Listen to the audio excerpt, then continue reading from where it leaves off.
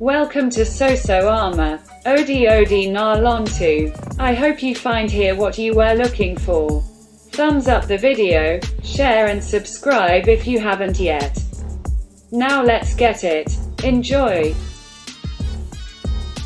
Also forthwith, upon Saturday following, it took the retort from the furnace, and broke it with the light stroke of a little key, and there, in the remaining blood, found the perfect representation of an human head, agreeable in face, eyes, nostrils, mouth, and hairs, that were somewhat thin, and of a golden color. Regarding this narrative Webster added, there were many ocular witnesses, as the noble person, Lord of Bordelone, the chief secretary to the Duke of Guise, and he, Flood, had this relation from the Lord of Menonton, living in that house at the same time, from a certain doctor of physic, from the owner of the house, and many others.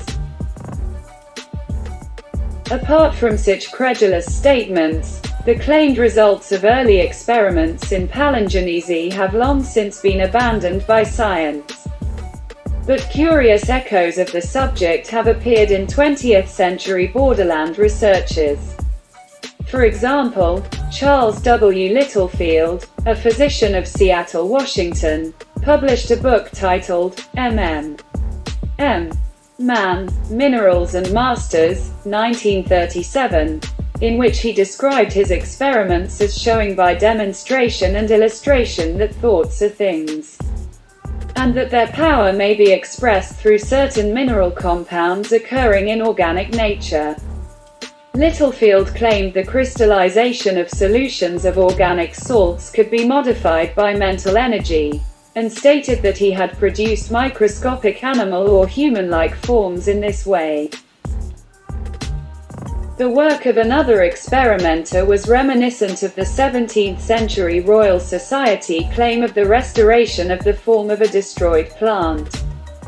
In the 1920s, a British biological chemist named Morley Martin claimed the forms of fishes, plants, and animals continued to exist in miniature in ancient Azoic rocks. Morley Martin experimented by taking fragments of such rock and submitting them to a temperature of 2000 to 3000 degrees Fahrenheit in an electric oven. He isolated what he named primordial protoplasm from the ashes, which he transformed into crystalloids with Canada balsam. In the course of time, the crystalloids condensed and produced numerous organisms that were creature-like, even having life and movement. These little-known and bizarre experiments are described by Maurice Maeterlinck in his book Le Grand Apport, Paris, 1939. And the work of both Littlefield and Morley Martin is described in the booklet The Morley Martin Experiments, issued by the Borderland Sciences Research Associates. In these experiments, palingenesy merged with the old theory of spontaneous generation, which was considered to have been solved by Louis Pasteur's experiments on microorganisms, although P.J.A. Béchamp in France and H. Charlton Bastian in Britain claimed Pasteur's work did not cover all the facts. Of possible relevance to the palingenesy experiments were the osmotic growths produced by Dr. Stijn Ledick of Nantes. These were formed from crystal solutions and not only presented the cellular structure of living matter, but also reproduced such functions as food absorption, metabolism, and the excretion of waste products. These beautiful growths are described in Ledick's book The Mechanism of Life, 1914. AmA thanks you for tuning in. Please leave a comment. Grant AmA until the next video.